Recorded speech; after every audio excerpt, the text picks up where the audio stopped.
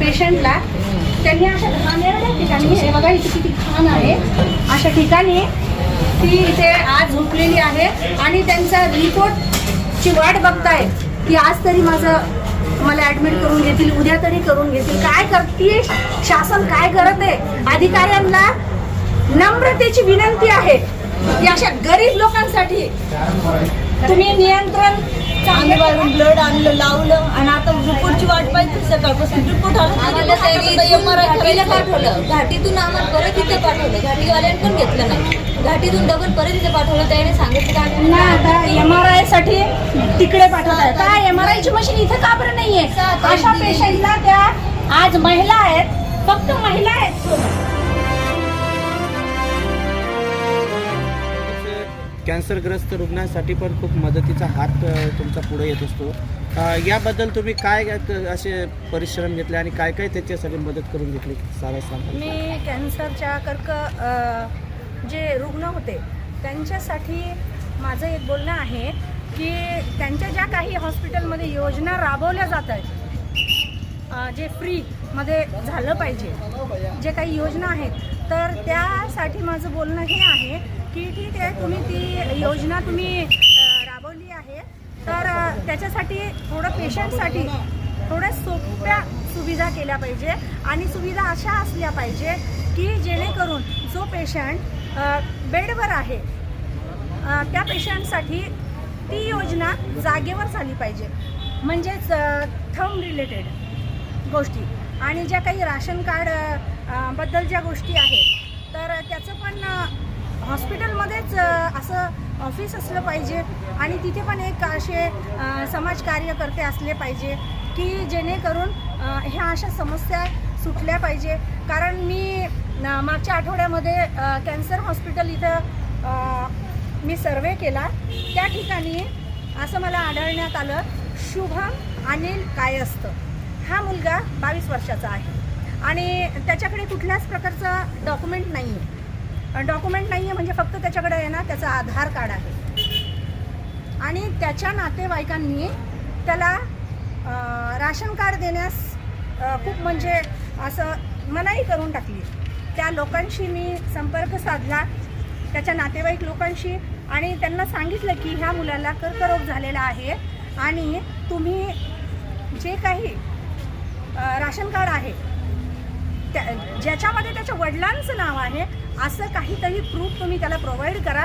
कारण सोपं त्याचं म्हणजे योजनेमध्ये तो कुठंतरी मोडला गेला पाहिजे. असं माझ्या वडिलांचं 2015मध्ये ॲक्सिडेंट झालेला होता आणि अशा मुलाला मी इथे मदत करण्यासाठी आले आणि हॉस्पिटलमध्ये त्याचं योजनेचं कुठल्याच प्रकारचं बसायला नाही तो, तर मी त्याची पूर्ण जिम्मेदारी घेतली.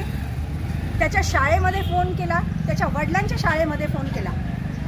आता त्याचे वडील 2015मध्ये मयत झालेले, ॲक्सिडेंटमध्ये रोडवर त्यांना गाडीने चेंगरलेलं होतं.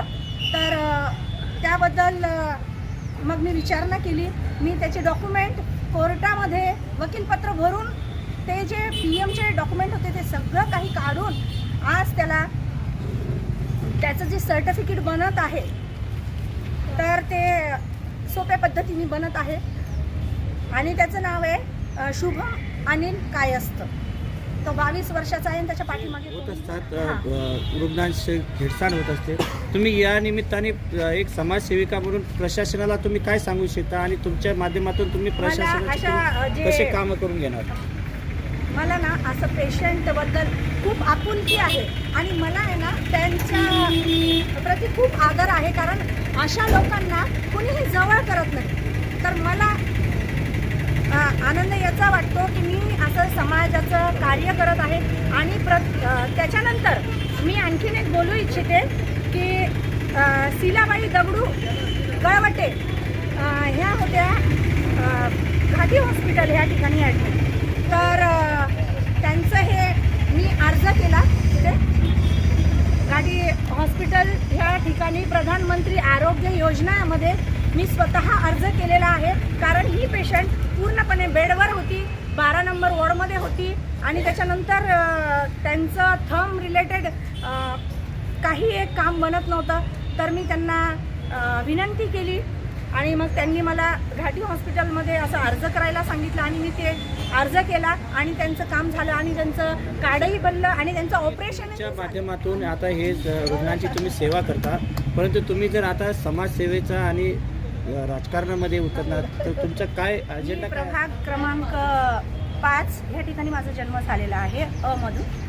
तर मी समाजासाठी हे काम करू इच्छिते की रोड जे आहे सुधारणा, सांडपाणी, आरोग्याविषयी जे कचऱ्याचे घण असतात त्याविषयी, आणि त्याच्यानंतर ठिकठिकाणी कचरापेटी असली पाहिजे जेणेकरून रोगप्रतिकार जे रोगाचे पेशंट वाढत आहे ह्या कारणामुळे हे सगळं काही थांबवण्याचा प्रयत्न करण्याचं काम करेल मी.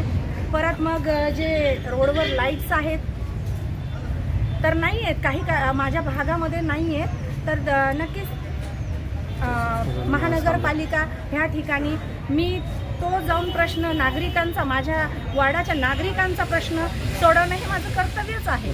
जर नागरिकांनी देखील मला म्हणजे मी काय काम केलेलं आहे मागील वर्षामध्ये, मी काय काम केलेलं आहे ह्या गोष्टीचा विचार जर नागरिकांनी केला तर त्यांना चांगलाच नगरसेवक निवडून देता येईल. कारण नोट देऊन वोट देणं हे बरं नाही आहे, तर वोट योग्य माणसाला तुम्ही द्या म्हणजे तुम्हाला कुठंतरी बोलण्याचा अधिकार राहतो. असं मी माझ्या नागरिकाला 5 नंबर जे आहे प्रभाग क्रमांक 5 इथल्या नागरिकांना मी हे सांगू इच्छिते. चालेल. तुमचं नाव मॅडम? माझं नाव ज्योती रवींद्र जगधने. आणि आणखीन मला आरोग्याविषयी बोलायचं होतं. घाटी हॉस्पिटल ह्या ठिकाणी आहे, तिथं स्ट्रेचरची अजिबात सुविधा नाही आहे आणि पेशंटच्या नातेवाईकालाच जर हे काम करायचं आहे, जे पेशंटला स्वतः वार्डमधून पेशंटच्या नातेवाईकाला जर स्ट्रेचर आणून पेशंटला त्याच्यावर टाकून जर कार्य करायचं आहे तर घाटी हॉस्पिटल हे गरिबांसाठी आहे. दुसरी गोष्ट, घाटी हॉस्पिटल ह्या ठिकाणी मध्येच गेट लावण्यात आलेलं आहे आणि ॲम्ब्युलन्सची सुविधा आहे. तर जी सरकारी गाडी आहे, जी सरकारी ॲम्ब्युलन्स आहे, सरकारी ॲम्ब्युलन्स पेशंटपर्यंत नेण्याचं काम खूप थोडंसं उशिरा होतं आहे. कारण मी अशा पेशंटशी भेटले की जे 1-1 तास वेट करतात. चालेल. प्रशासनाला तुम्ही चांगलं धारेवर धरणार याच्यानंतर? हो, नक्कीच धारेवर धरणार. कारण गरिबांसाठीच हे हॉस्पिटल्स बनलेले आहेत.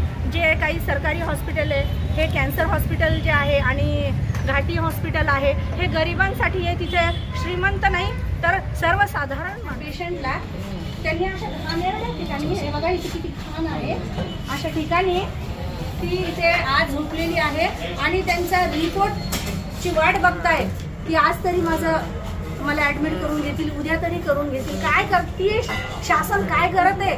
अधिकाऱ्यांना नम्रतेची विनंती आहे की अशा गरीब लोकांसाठी तुम्ही नियंत्रण चांगलं ठेवा. आणि तिथे काय नाही, तुमचे रिपोर्ट का बरं नाही येते? एवढे दिवस, 8 दिवस रिपोर्टला का बरं लागत आहे? मॅडम आज रिपोर्ट आला तरी पण नाही घेतलं. काय बोलले? MRI करायचं तर 6 दिवसांनी MRI. 6 दिवसांनी, असे 6 दिवस, असेच 8 दिवस, असेच 15 दिवस. तुम्ही सांगा, तुम्ही बोला एक मिनिट. एक त्यांनी ती गाठ नेली चेक करायला, बोलले आता 1 तारखेला रिपोर्ट येईल, 5 दिवस थांबा. आम्ही थांबून घेतलं 5 दिवस. मग ब्लड लावलं तेव्हा फक्त 1 दिवस त्यांनी ॲडमिट करून घेतलं ब्लड लावायसाठी. आम्ही बाहेरून ब्लड आणलं, लावलं आणि आता रिपोर्टची वाट पाहिजे. सकाळपासून रिपोर्ट आला, MRI पाठवलं, घाटीतून आम्हाला परत इथे पाठवलं. घाटीवाल्याने पण घेतलं नाही, घाटीतून डबल परत इथे पाठवलं. त्याने सांगितलं की आम्ही म्हणलं ॲडमिट करून घ्या, काहीतरी उपचार करा, पण ते म्हणलं आपली MRI काढायचा. MRI काढायचा. MRI 6 तारीख दिलेली, 6 तारीख. पण आम्ही पेशंटला काय करायचं? तुम्ही कुठून आलेले तिथं? आम्ही बेकवरून आलेलो. तर किती लोक आहेत तुम्ही सोबत? आम्ही सगळे 5 जण. तर तुमच्या पेशंटला आतमध्ये ॲडमिट पण करून घेतलं जातं. तुम्ही तिथं कोणाशी बोलणं केलं तिथं? आम्ही ट्रीटमेंट काय द्यायची म्हणतात त्यांना? काय ट्रीटमेंट द्यायची म्हणतात. बरं. तर यांना आता MRI साठी तिकडे पाठवतात. काय MRI ची मशीन इथे का बरं नाहीये? अशा पेशंटला त्या आज महिला आहेत फक्त महिला आहेत सोबत. आम्ही कशा दोघीच नेणार? बहिणी आहे. भाऊ माझी आई, भाऊ नाही आम्हाला, वडील पण नाही. आम्ही दोघीच बहिणी. कसं मी नेणार? मोठी, लहान आहे. मग इथं आम्ही काय काय नाही. करायचंय? एवढं मोठं कर्करोग हॉस्पिटल आहे हे, तर मग इथे MRI ची मशीन का बरं नाहीये? ते कधी आले तुम्ही इथे? MRI ची मशीन आहे बोलले ते, एक मिनिट. पण ती MRI 6 तारखेपर्यंत नाही, MRI ची वाट पाहायची डेट का नाही आम्ही? दिलं पाहिजे. कॅन्सर पेशंटला तरी डेट नको. एक मिनिट. 26 नोव्हेंबरपासून आले का तुम्ही? हा 26 4 दिवस झाले. 4-5 5 दिवस दिवसापासून ऍडमिट आहे. Now and press the bell icon. Never miss an update.